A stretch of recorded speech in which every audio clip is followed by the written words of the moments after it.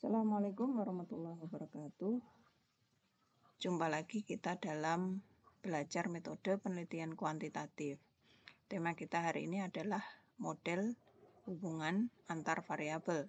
Setelah kemarin kita belajar tentang merumuskan masalah, kemudian mencari landasan teorinya, ya, sampai kemudian kita belajar tentang kerangka berpikir penelitian, di mana di dalamnya kita harus paham tentang model hubungan antar variabel tersebut, sehingga kita dapat merumuskan kerangka berpikirnya seperti apa, hingga dapat merumuskan hipotesisnya seperti apa. Nah, kita mulai dari apa yang akan kita pelajari pada tema ini. Pertama kita pelajari pengertian variabel, kemudian jenis-jenis variabel, model hubungan antar variabel, dan variasi model atau pola hubungan antar variabel. Kita mulai dari pengertian variabel terlebih dahulu. Apa itu variabel? Variabel itu adalah suatu konsep yang memiliki bervariasi nilai. Jadi konsep yang memiliki nilai yang bervariasi. Misalnya konsep tentang motivasi belajar, maka ada variasi nilai di situ. Misalnya motivasi tinggi, motivasi sedang, motivasi rendah. Jadi nilainya ada variasinya, di mana nilai tersebut dapat berupa angka dan kategori. Ya, jadi dalam variabel itu kita kenal dua jenis tipe nilai. Ada angka sebagai nilai kuantitatif, kategori sebagai nilai kualitatif. Misalnya tadi motivasi belajar ya, angkanya misalkan motivasi tinggi kita kasih angka 3. Kemudian motivasi sedang kita kasih angka 2. Nah, rendah kita kasih angka 1. Nah, kategorinya adalah kategori tinggi, sedang, rendah. Atau misalkan prestasi belajar ya, hasil belajar siswa itu kan ada nilainya, nilai angkanya. Ada angka nilainya 75, nilainya 80, 85. Nah, itu adalah angka sebagai nilai kuantitatif. Lalu kategorinya bagaimana? Misalkan kita ada kategori, kita anggap nilai tersebut tinggi, baik, atau termasuk kategori pintar jika mereka mendapatkan nilai di atas 75 misalnya. Sedangkan sedangnya misalnya antara berapa 45 sampai 75, lah di bawah 45 misalnya kategori rendah. Nah, itu contoh dua tipe nilai dari variabel. Nah, sehingga dapat kita pahami bahwa variabel itu merupakan konsep yang observable dan measurable. Jadi dia dapat diobservasi dan dapat diukur. Nah, ini beberapa contoh ya. Konsepnya bagaimana, variabelnya seperti apa, kalau variasi nilai kategorinya seperti apa, dan variasi nilai angkanya seperti apa. Misal konsep tentang perkawinan, maka variabelnya status perkawinan. Nah, status perkawinan ada variasi kategorinya, ada kawin tidak kawin. Nah, variasi nilai angka, misal kawin kita kasih angka 1, tidak kawin kita kasih angka 2. Kemudian pendidikan. Nah, pendidikan misal variabelnya tingkat pendidikan. Nah, tingkat pendidikan itu kan dalam kategorinya ada SD, SMP, SMA. Nah, itu bisa kita kasih nilai angka 1, 2, 3. Kemudian ada konsep kedisiplinan misalnya. Maka variabelnya tingkat kedisiplinan. Ada tingkat kedisiplinannya sangat disiplin, cukup disiplin, kurang disiplin. Variasi angkanya bisa kita kasih nilai misalkan sangat disiplin 3, cukup disiplin 2, kurang disiplin 1. Nah, contoh lagi prestasi belajar tadi juga sudah saya jelaskan. Variabelnya tingkat prestasi belajar. Variasi kategorinya ada tinggi, sedang, rendah gitu ya. Nah, kalau angkanya misalkan kalau tinggi di atas 75, sedang di atas di antara 45 sampai 75, rendah kurang dari 45. Nah, ini adalah contoh dari adanya konsep variabel, variasi nilai kategori, dan variasi nilai angka. Lalu kita pahami jenis-jenis variabel. Yang pertama ada variabel independen atau bebas, ya. Apa itu? Itu adalah variabel yang hadir terlebih dahulu, yang tidak terikat variabel lain, karena variabelnya bebas ya, dan dia yang justru mempengaruhi variabel lain. Kalau dalam penelitian eksperimen, variabel ini merupakan variabel yang dimanipulasi. Nanti akan saya contohkan. Variabel dependen yang terikat, itu adalah yang didahului oleh variabel lain, kemudian dia yang dipengaruhi variabel lain. Ya, jadi karena dia terikat ya, tidak bebas. Nah, kalau dalam penelitian eksperimen, variabel ini merupakan variabel yang tidak dimanipulasi. Misal variabel eksperimen itu pengaruh suhu ruangan terhadap motivasi belajar gitu ya. Misalnya kita punya praduga bahwa semakin sejuk suhu ruangan, kemudian akan semakin meningkatkan motivasi belajar siswa. Nah, sehingga yang dimanipulasi variabel independennya itu adalah suhu, kan dimanipulasi. Satu ruangan dikasih AC, kemudian satu ruangan lagi tidak ada AC-nya, seperti itu ya. Nah, yang tidak dimanipulasi adalah motivasi belajarnya. Motivasi belajar akan diketahui apakah dipengaruhi oleh suhu tersebut. Nah, itu contoh dari variabel yang dimanipulasi dan yang tidak dimanipulasi. Lalu kemudian variabel intervening, ya, atau dikenal dengan variabel mediator ya, yaitu variabel yang mengantarai hubungan antara dua variabel. Mengantarai. Jadi variabel ini ada di antara variabel independen dan dependen. Jadi variabel yang secara teoritis memengaruhi hubungan antara variabel independen dan dependen menjadi hubungan tidak langsung. Nanti kita akan contohkan. Ada variabel moderating, yaitu variabel yang menentukan atau memengaruhi kekuatan atau kelemahan. Nah, kata intinya adalah pada kekuatan atau kelemahan. Jadi hubungan antara variabel independen dan dependen itu kuat lemahnya itu dipengaruhi oleh ada variabel lain gitu ya. Kuat lemahnya hubungan tersebut dipengaruhi variabel lain. Kemudian terakhir variabel kontrol itu yang dikendalikan atau dibuat konstan. Sehingga hubungan variabel independen dengan dependen tidak dipengaruhi oleh faktor luar yang tidak diteliti.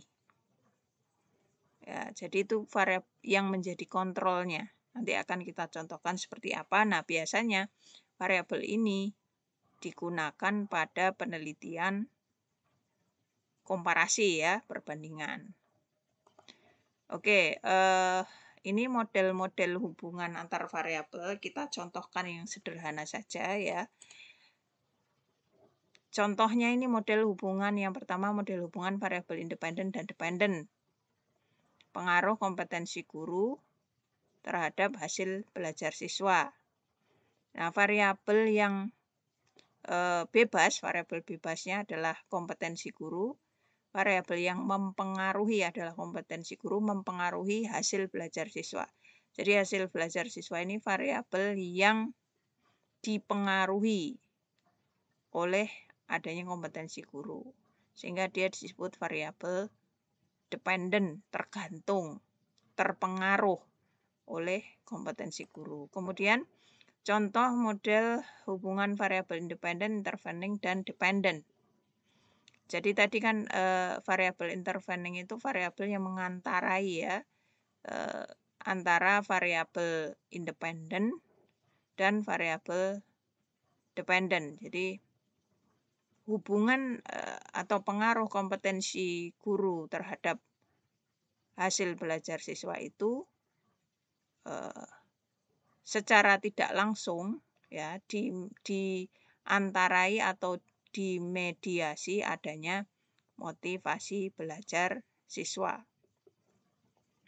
Nah, ini adalah contoh ada variabel intervening. Kemudian berikutnya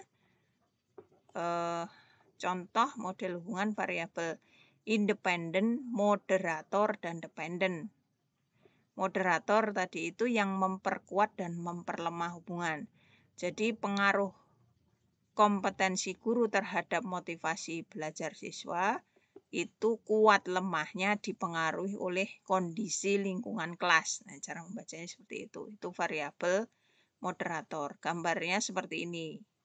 Panahnya di tengah-tengah, panah yang lurus ke kanan ini ya. Kemudian contoh model hubungan variabel independen, kontrol, dan dependen. Gambarnya sama tetapi membacanya yang berbeda ya. Jadi ini tadi kan digunakan pada penelitian komparasi. Misalnya perbedaan dua metode pembelajaran ya. Metode pembelajaran sebagai variabel independen, bahwa variasi model pembelajaran akan berdampak pada perbedaan prestasi belajar siswa. Seperti itu ya. Hanya jika ada variabel kontrolnya bahwa guru, ruang kelas, kondisi kelas, sarana prasarana semuanya sama ya.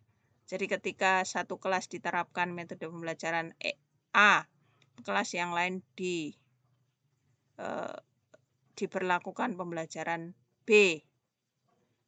Nah, maka akan terdapat perbedaan hasil prestasi belajar, namun ada variabel kontrolnya yaitu bahwa guru, ruang kelas, kondisi kelas, dan sarpras semuanya harus dibuat sama. Itu namanya variabel kontrol.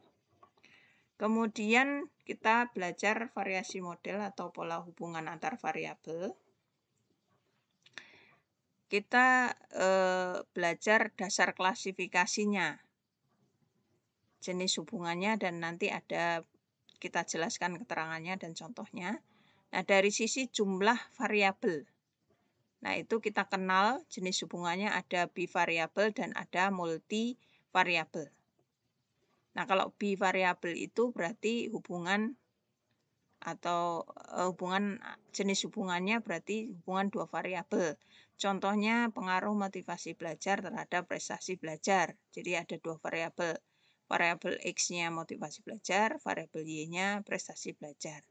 Nah, ada juga multivariabel dan ini bisa sangat banyak ya jumlahnya. Bisa 3 variabel, 4 variabel, 5 variabel, dan seterusnya. Nah, ini kita contohkan ya. Tadi, contoh yang sederhana tadi. Nah, ini namanya bivariabel. Ada 2 variabel, ini namanya bivariabel. Nah, yang lebih dari 2, ini namanya multivariabel. Ini ada 3 variabel ya. Atau contoh-contoh yang lain tadi, 3 variabel juga. Nah, bentuknya bisa macam-macam. Bisa misalnya ada variabel independen, moderator, dependen, intervening, dependen, atau bahkan misalnya dua variabel independen, satu variabel dependen, 3 variabel independen, 1 variabel dependen, dan seterusnya. Nah, itu adalah contoh dari multivariabel. Dari sifat hubungan, kita kenal ada sifat hubungan asosiatif, ada sifat hubungan kausal atau sebab akibat. Nah, kalau hubungan antar variabel hubungannya asosiatif itu berarti hubungan antara satu variabel independen dan dependen di mana perubahan fenomena yang terjadi bersamaan tanpa diketahui mana sebab mana akibat. Karena tidak ada sebab akibat di situ ya. Kemudian kalau yang kausal atau sebab akibat, nah biasanya itu judulnya diawali dengan kata pengaruh gitu ya. Maka itu artinya hubungan di mana satu variabel menyebabkan perubahan pada variabel lain. Jadi ada variabel yang mempengaruhi dan ada variabel yang dipengaruhi. Sehingga judulnya ini biasanya pengaruh, yang atas ini biasanya korelasi atau hubungan yang asosiatif. Nah, kemudian arah hubungan. Nah, ini arah hubungan ada arah positif, arah negatif. Kalau positif itu searah, ya satu arah. Jadi jika nilai satu variabel meningkat, nilai dari variabel lain juga meningkat. Contoh, jika motivasi belajar siswa meningkat, maka akan berdampak pada prestasi yang juga meningkat.